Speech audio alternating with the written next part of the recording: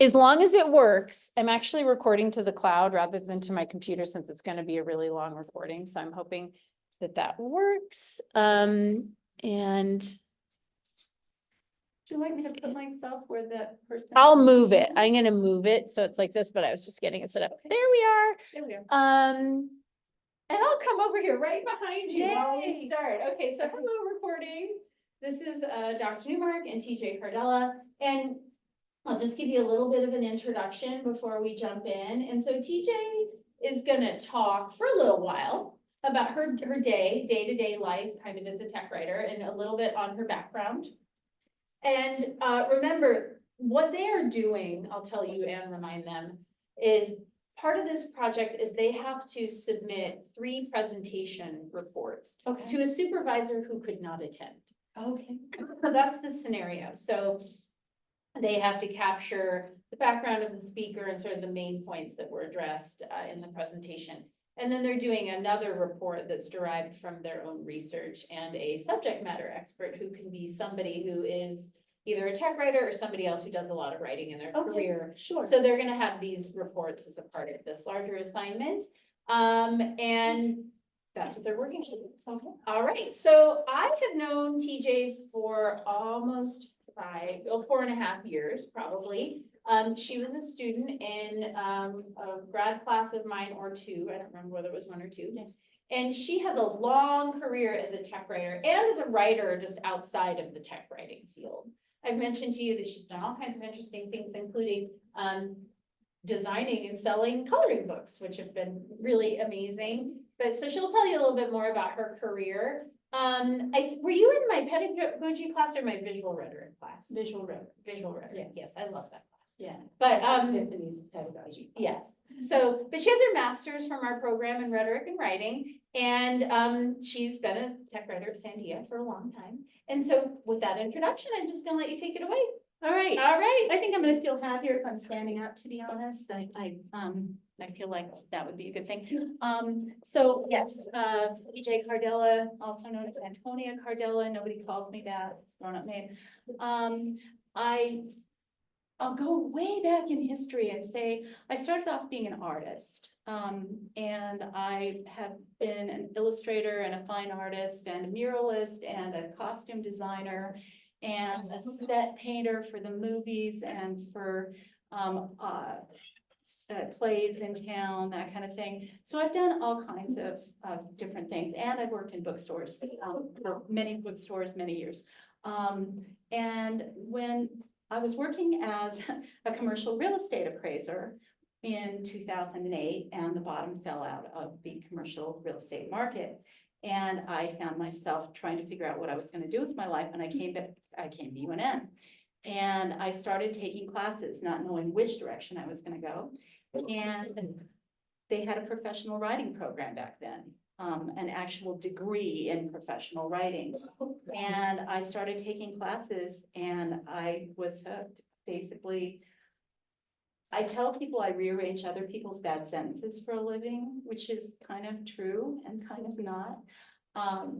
But I think that I also help people tell their stories. I help scientists translate what they know into English so that other people can understand it. So after I graduated from UNM with my professional writing degree, I first went to work at NNSA for about 6 months, at which point I was sequestered. And so I worked. Can you tell them what NNSA is? Oh, the National Nuclear Security Association. And basically that is who Sandia does most of their work for. So I went to work for them for 6 months, and then, like I said, I was sequestered, unfortunately. And sequestered just means that suddenly they didn't have the money to pay everybody. And since I was the newbie, first they said they were going to cut my position completely, and then they cut it to half time, which meant I needed to find something else. So for a while I worked at NNSA and as a set painter for the movies at the same time, which was challenging, and I would not recommend it. Once I realized that I did not want to do that, I applied to it was a contractor to Sandia Labs, and they tend to do that. They do have a contractor that they work with right now called Red Ink. And Red Ink sends people out to do work. They are not employees of Sandia, they are contractors to Sandia. I started off with Sandia Staffing Alliance, and which became Shaniga Corporation. And I worked for them for a couple of years, and then Sandia hired me as a Sandian employee. So that is how I ended up with Sandia. After a few years at Sandia, they were kind enough to pay for me to get my master's. And so I came here and got my master's in writing rhetoric. So there were some questions that people asked about, like, what do people do as technical writers on a day-to-day basis? Generally speaking, I will have a bunch of emails from people begging me for help with formatting problems. So you have to be really, really good at Word, because they're, you know, if you don't know how to use styles and if you don't know how to use the templates, things get broken pretty fast. And I will often be tasked with talking to someone, interviewing them about what they do for a living, or what experiment they're doing, and help them to put that onto paper so that for the future, you know, a lot of what I do, I consider to be archives for the future. We need to know 20 years from now what this experiment that someone was doing, actually how it was conducted, what the results were. It needs to be clear. And I think that one of the things there's I don't know if anybody here knows about Lean Six Sigma, but it's sort of a factory type thing where it's planning to do jobs in the most efficient way possible. And they have a green belt program and black belt program. It came out of Japan originally. And I am a green belt in Lean Six Sigma because this was something that my boss wanted me to be.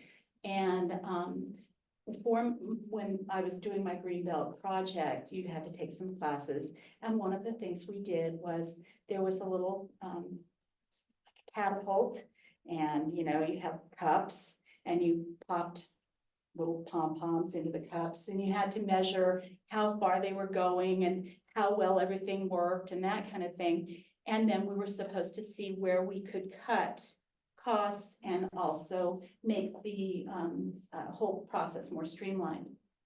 And it was fascinating to me that the first thing everybody else wanted to do was cut the documentation. We don't need all that documentation. Why do we need all that documentation? And I said, well, gee, okay, let's say that day after tomorrow you get hit by a truck.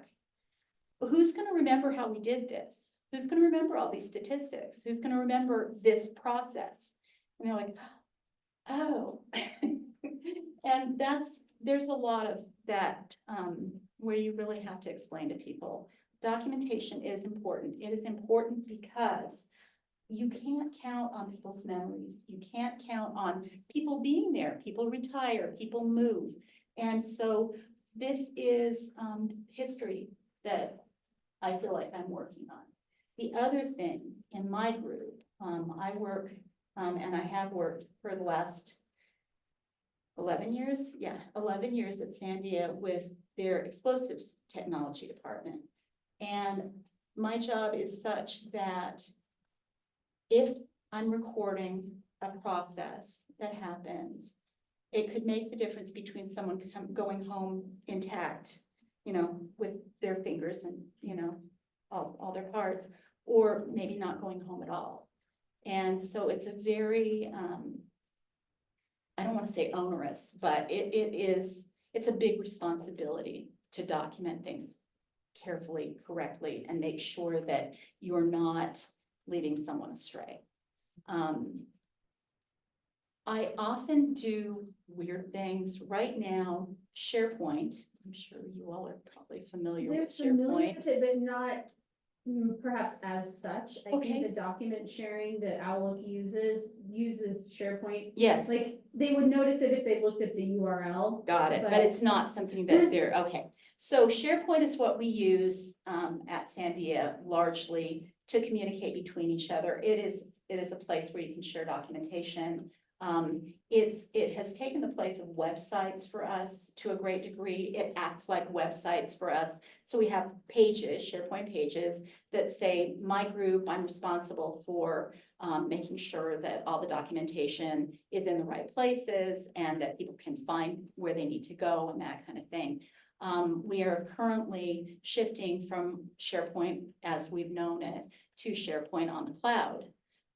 It looks different, it acts different, and this is one of my responsibilities is to help shift our current SharePoint sites to the new cloud-based. We are also using WordPress a lot. I don't know if y'all are familiar with WordPress. I mean, a lot of people use those for their own private websites and that kind of thing. And we're using WordPress in my specific group, and that's, need to backtrack. At Sandia, all the tech writers and all of the information managers are very different, are matrixed from a group, the knowledge management group. And so basically I have two bosses. I have my matrix manager who is responsible for making sure that I get what I need and that kind of thing. And then I have my manager in my functional group where I actually do my work. And that manager is the one who knows what the work is that I'm doing. So I always say I have one functional manager and one dysfunctional manager, but that's not quite true. There's one that doesn't really know what I do because they're not there on the day-to-day basis, but then the other one is there. So anyway, I'm matrixed to my group. Bless you. And our matrix organization is currently creating a WordPress site. And the WordPress site is going to have all the information about, I'm the team lead for the technical writing style guide that's Sandia wide, and we are currently putting it on WordPress. It has been a printed document up to now, so we're doing that. There's also an AP-based style guide for the core communicators, and I'm involved in that. So there's a lot of different moving parts to my job. I would like now, since I've talked at you for a while, to ask if, what people want to know, what questions you might have. So, yes. You mentioned that you have a background in illustration and fine art. Mhm. How has your writing outside the tech writing field influenced your current technical work? That's a really good question, and I really like it. People tend to think that a technical document is just a technical document, but everything that you know and everything that you are impacts how you write and how you tell the story. And I always say, if you're writing anything, you are telling a story one way or another. You are telling people a story, and it can be deadly dull, or you can try and find a rhetorical thread that gets people interested in the ethos and pathos and, all the feelings that go along with writing. And so I think that it's helped in that way. It has also helped in a practical way in that my group didn't have a graphic designer. Most people have to use creative services for that, and creative services is always swamped. There's just not enough people to go around. And so when somebody needs to produce a really nice looking PowerPoint presentation, or they need a flyer or a poster or something like that, that's something that I'm often tasked to do as well. Did that answer your question? Yeah. Anybody else got questions? Yes. So when you finished your bachelor's and you started working in the field, if there were like projects that you had never encountered before, or you were tasked with something that you had never done, how did you approach that? Did you have like mentors you could go to? Were there processes in place at your job for that? That's a really excellent question. And I know that when I first started, I was like, well, I've got this. I know how to write. I understand English. It's all good. And I got a document and I went, I know this is English because I recognize words. And it was terrifying. And what I started doing at that point in time, and this was pre-pandemic, and the pandemic has changed a lot of things, but we used to have these lunch and learn things. And they were for the scientists, by the scientists. And so they would come up and they would stand and they would talk about these scientific things that I had no idea what they're talking about, and I would sit there feeling like I was the stupidest person in the whole world, but I went every single week. And after a while, I started going, oh yeah, I remember a couple weeks ago, this guy was talking about this thing, and pretty soon that really helped. Regarding mentorship, we've gotten a lot better at it in the last 11 years. I do have a mentor, her name's Nancy Salem, and she's awesome. She is the corporate communicator for the director of the labs, and so she's been there for a long time, she knows a lot of stuff. But we also have created a writers community of practice. We have a fun thing called a writer's workshop, which is for those of us who are also creative. So, you know, we can share the creative kind of writing stuff we do. But the writers community of practice, and there's also it used to be called the ND Tag Up, but now it's just called the Tag Up. We get together once a month, somebody presents on a topic, you know, how do you use, we have this template that people use, the spec template. It's a T030 template, which is very, very specific. It has specific areas that have to be covered. They have to be covered in a certain way. There are numbers that have to be there. And so somebody will do a program on that, and then they're recorded and they're available so people can go and look at those. You can also, we are always assigned a buddy when we first start. And I have a mentor. I also have a mentee. I've had a couple of mentees. I think that there's always somebody that you can reach out to. It's challenging for new people. A lot of times they want to be okay on their own and they don't want to bother anybody, but we try to make it easy for people to ask questions when they need help, because everybody's been new before. And I think it takes a good year in the job before you ever actually feel confident in it, to be honest. Did that answer your question? Yes. Okay, awesome. Anybody else got anything that they want to know? I know that, yes, go ahead. I have a question. Yes. I thought it was really interesting how you mentioned that you function sort of as a historian. So, and that's what documentation is. It's a record of a practice so that it can be replicated in the future.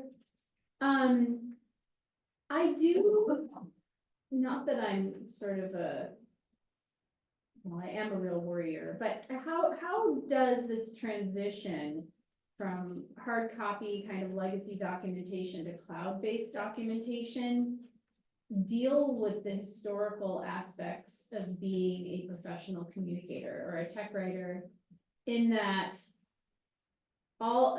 sometimes in a digital domain, the current version supplants the previous version, Right. and that version history is made more invisible. Like, you Right. really have to look for it, like you can in Google Docs. You can say, I want to go back to the version from whatever period of time. Yeah. But I'm just wondering about that tension between a more visible history and the more erased versions of history that happen in the Right. current time. What you're talking mainly about configuration management, which we do a lot of. We have multiple areas where documents are stored. In my particular group, we use a program called ERIS, and ERIS is really good at, producing documents. It'll download a template for you. It tracks whatever is happening. You can put notes in, you can have reviewers, and we have a very complex system of here's version A, version B, version C, and you can see in the documentation itself, there's a front page that says this is version C of this document and when the others were written. There's a change history in the back that talks about what changes were made. And then there's also just the overarching information that's in the system itself. Yeah. So that's really good. We also have EIMS, which is that's where a lot of people store their documentation. this is something, it's an interesting question because it's something that we're really working hard on right now. We just reorged, which happens at Sandia a lot. And we are now the knowledge management Yeah, I group. noticed you use that term. Yes. But I do, again, from like a paranoid perspective, like with the transition to having everything cloud-based, like SharePoint cloud-based and creating things through WordPress, what happens? Because, I mean, as you all know, I hope, Sandia is a government entity. Right. And they do highly secret stuff over there. They could be vulnerable to some sort of Oh, yeah. infiltration or attack. So how is that kind of web-based content absolutely secured? There are layers and layers and layers of protections, including hard copy documents that are stored. There are hard copies. Yes, there are. What governs, like, what becomes a hard copy and what just exists digitally? There are rules and regulations regarding what has to be maintained. Some stuff has to be maintained for 75 years. Some stuff has to be maintained for 5 years. And that is one of the things, we do have information managers, which are very similar, I mean, in some ways to technical writers in that they do manage information, they do some writing, they do control the documentation so that people know where to find it. And information managers are the ones who know all the rules and regulations about this document needs to be maintained for this long, and this is why. There's all different kinds of controls. We used to do OUO, official use only. We now do CUI, which is, I can never remember what the acronym stands for. I'm not gonna remember. I'll send it to Julie. But it's new. It's a new way to look at it, and it's something that the government does. And so now we're doing it. I just have one more question. And everybody should have questions prepared, so they will Yeah. carry on. But so we all know that in the news, both Biden and Trump have been accused of having, classified documents in various places where they shouldn't have been, at a garage or bathroom. And the images we see are of like files of hard copy documents. There's a lot of classified information coming in, going out of a place like Sandia. TJ has a high level security clearance, like she can't tell us exactly what she works on. So those are all hard copy that like somebody's having in their home. They Right. took it from a place where it shouldn't have been. I guess that's the point, the transition point that I'm interested in, like, and that would be the knowledge managers. They Yeah. would be determining whether something needs to be in hard copy. Right, and where it goes, and where it's stored. goes. Yeah, that whole situation just gives me heartburn, like I can't believe, because if I had one classified document at my house, I would be in jail. This is not something that you should take lightly. This is, I think accidents happen. And I really do feel like in Biden's case, that was an accident. I feel like in Trump's case, it was very purposeful. It was like, how many boxes can you take of classified information and then leave them in your bathroom for people to look at? But that's just me. And that is not Sandia talking at all. That was just me talking. I feel very uncomfortable about the whole situation. But no, there are clearly very important controls that have to take place. And there are a lot of controls in place to keep everything safe. But as you said, something could happen. Something could happen to the web or whatever. There are so many layers of backups. It's, it is something that everybody takes very seriously. So don't panic. Yes. So kind of going off of like changing, like things are changing, you're saying things are going to the cloud-based stuff. One of my questions was like, as things are progressing technology-wise, are there other skills that we should be focusing on as students that will help us in that career field? Should we be taking additional certifications, and what are those? Absolutely. Good question. Yeah, I think that's an excellent question. This is something that was really surprising to me because I thought of it as, I'm gonna have to work in Word and, maybe PowerPoint and, but I think any of the cloud-based kind of stuff, Word, MS, Microsoft has the SharePoint sites, they have, like I said, Word, Excel. I mean, there's all those things that all kind of tangle up together. Super important to get very proficient in Word, in PowerPoint, in Excel if you can do it. I feel very sad for myself because I am not a math person. I'll go to a document and I'll go, oh, that's math, and I turn the page because I am no value added to them at that point, and they know that. I would not assume. I would just say, hey, you remember I'm math free, and they're like, yeah, that's fine. You do words, we do math, it's fine. But anything that you can do to enhance your skill set electronically, because really that stuff is, it's taken over. So things like database management, does that? Database management is more information manager stuff. Yeah. Okay. Yeah, and like I said, it's a really weird kind of dichotomy with them, because my information manager that I work with in my group tends to do some writing, because she does manage our ARIS, which I was talking about, that's our configuration management. And if a document comes in and it's been multiply reviewed, let's say it's version E of the document, we know it's been looked at a lot of times, maybe a few things have been changed in it. She can go through it and go, yeah, that's a typo, or, that's not grammatically correct, because she is good with language. She has that skill set. Not all information managers are comfortable doing that. So, but yeah, that there is a division of labor there where they handle the configuration management and where the documentation goes. And I handle when the document comes to me, does it need to be edited? Does it need to be rewritten?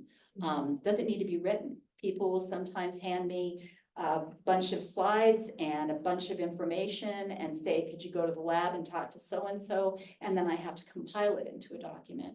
But that's kind of a trust-based thing. And I should talk about that really briefly and say that when I first started, it was really challenging to get people to want to use my services.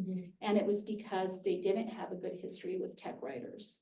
And they felt like they were going to be told they were wrong, or they were bad, or they didn't know what they were doing. And so there's a certain amount of gentle persuasion that comes with the job, and trust building, and getting people to understand that you know what you're talking about. You're not just going to go and put red marks through everything they wrote. You're going to honor their voice. You're going to honor what they want to say, but I always say, I'm here to make you look good. You get paid to do your job and do it well. I get paid to make you look good. So. Okay, let's hear from some other people who haven't had a chance to ask their questions. Yes. Would you say that you feel threatened that in like the near future, like 5 to 10 years or so, that AI is gonna get so good that it might possibly take over the tech writing field? Well, I laugh because I'm old, and so probably I'll be retired, so I don't have to worry about it too much. But I have some concerns about that. I think that AI is surprising and continues to surprise. And there's a certain amount of worry. I mean, I've been an artist for a long time. There's worry about having my artwork sampled and used, by others without my permission, and that kind of thing.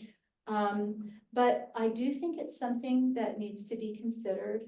I have a suspicion that there will always need to be humans involved. I don't know. I mean, maybe not, but it feels like there's the emotional component that I was talking about earlier, that AI, no matter how good it gets, may miss that, may not be able to do that emotional component part that really speaks to other humans. So that's the best answer I can give you. And I think you had a question? Kind of a layered question. Did you mention that you translate? Oh, well, translate from science to English. So for tech writers that translate from language to language, what languages would you say are most helpful to know? Okay, right now in the wide world, I'd say in New Mexico, always Spanish. Spanish is always very useful. I would say in the wide world, Chinese and Russian. They seem to be the big languages. you know, they're the big sort of connectors in the place. So, but, you know, I know that's something that people look for very, very hard. Good question. And international technical communication is its Oh, own thing, sphere. absolutely. There are people at Sandia, I don't know if in the tech writing group or not, but certain Sandians I know have to do a lot of kind of policy and security related travel all over the world.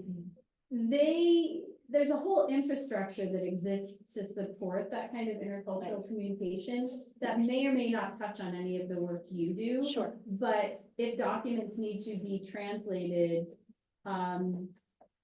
that's a place where you see the limitations of AI kind of related tools, where it can do a translation, like you can put something into Google Translate, it can translate it for you, but often you really need a human to ensure certain cultural factors, Right. especially with high stakes circumstances like, you know, geopolitical Right. crises. Well, yeah, because I remember when I was taking Italian here, and Raquel Duke was, you know, I don't know if she's still here or not, but I was taking Italian and we were reading a story, and I had mistranslated something to dead, and it was actually green and growing, and it was an idiom. And it was something that you wouldn't know if you didn't know. It was the way it was put together. It was completely wrong. So yeah, I think that's a good point. AI may struggle with idioms, you know, it may struggle with the basic human stuff. Yes, sir. You mentioned how your work prevents some people dying. What examples? Oh, well, you know, I think that when people are doing work in a laboratory, for example, especially if they're doing work with explosives, chemicals, you know, any of those kind of things that could be dangerous. If you do not, okay, here's an example. When I was working for NNSA, there was a document that came across my desk, and there was a phrase in it that really just didn't sound right to me, and it was, make sure that the tube does touch the liquid. And I was like, that is not the way people usually talk. And so I started doing some digging, and it turned out that somewhere along the way, somebody had done a cut and paste and they dropped not. And it should have been does not touch the liquid. And so it's that kind of thing where you could be put in a position as someone who's doing an experiment, that if it's put together wrong, if you're not doing it in the right order, if you're not doing it exactly right, you could be hurt. Something could blow up, something could burn you, something like that. So that's what I meant by that. Did that answer your question? Yeah, and when you do these documents, your audience is obviously scientific people. Generally. Every now and then it will be someone else. Every now and then it will be somebody who's maybe paying for an experiment or something like that, someone outside of the technical community that needs, and you need to know your audience. And I think that's a really good question. Absolutely knowing who it is that you're writing for, because you don't want, if you're writing to a bunch of senior scientists, you definitely don't want to condescend to them. Right. But if you're writing to people who maybe don't know the technology, you definitely want to make sure that you explain the finer points so that they understand what you're saying. So do you always know who you're writing for? I always ask. Sometimes it might be more than one group, and you know, I try to make it as broad as possible under those circumstances. But yeah, generally speaking, you can find out when you talk to your subject matter expert, you know, who is this going to? Who is this for? So, yeah. Thank you. You're welcome. Yes. I know a lot of, post-pandemic, a lot of, workplaces and fields have sort of gone to like a remote or hybrid workplace. Yes. Is this a situation where, because you're working with like classified and technical things, are there certain people that are able to do that sort of work, Yes. or is it still more on-site? That is a really good question. I am almost completely remote. I was almost completely remote before the pandemic because I take care of my mother, who's now 99, and she lives with me. And so I needed to be home with her, and Sandia was very kind and allowed me to do that.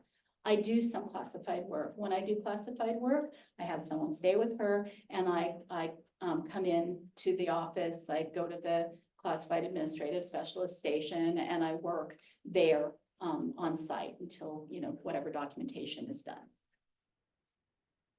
So, anybody else? There are several people who haven't asked questions yet. Yeah, while I'm talking, get your questions ready. You haven't asked one yet. So, you may or may not know, I have this interest in usability testing and user-centered design. One of the topics that I follow in this, UX group called Humanity Centered is about the sort of justice, ethical dimensions of usability testing. One of the things that they talk about is kind of the emotional cost of doing that kind of user research, because you can uncover people who have been underserved or underrepresented or harmed by products or whatever it is. And the usability researcher or testing staff, they can sometimes, if they're a member of that community as well, they can internalize that, and it can cause a lot of emotional toll. I'm wondering if there's any like emotional toll that your job takes on you. That's a really interesting question. There are times, and I think you and I have talked about this before. I tend to lean left, and there are a variety of people that I work with. It seems like engineers tend to be right-leaning, and so there's a certain balancing act of not saying too much or not insulting anybody, or like accidentally like pushing a button or whatever. I think too that working for a place like Sandia, you have to come to peace with why you do what you do. I feel that we protect the country. I feel like we make sure that people are safe. I think we also do a lot of amazing things with environmental research and medical research and that kind of thing. And so it all balances out for me. But there is that. I think one of the things, and it brought up something when you were talking about that, the emotional stuff. One of the things that Sandy is working really hard at doing right now is being inclusive. Inclusivity is a huge buzzword, which is super important to me. And I think that they're trying really hard to be inclusive. We have an LGBTQA group. We have we've talked a lot about people who are on the spectrum and, accommodations for those people in the workplace. And I think that's moving forward. It has been challenging in the past. It has been challenging during the previous administration. We were told we couldn't do that wasn't the kind of thing we could talk about or teach, which was very difficult for a lot of us.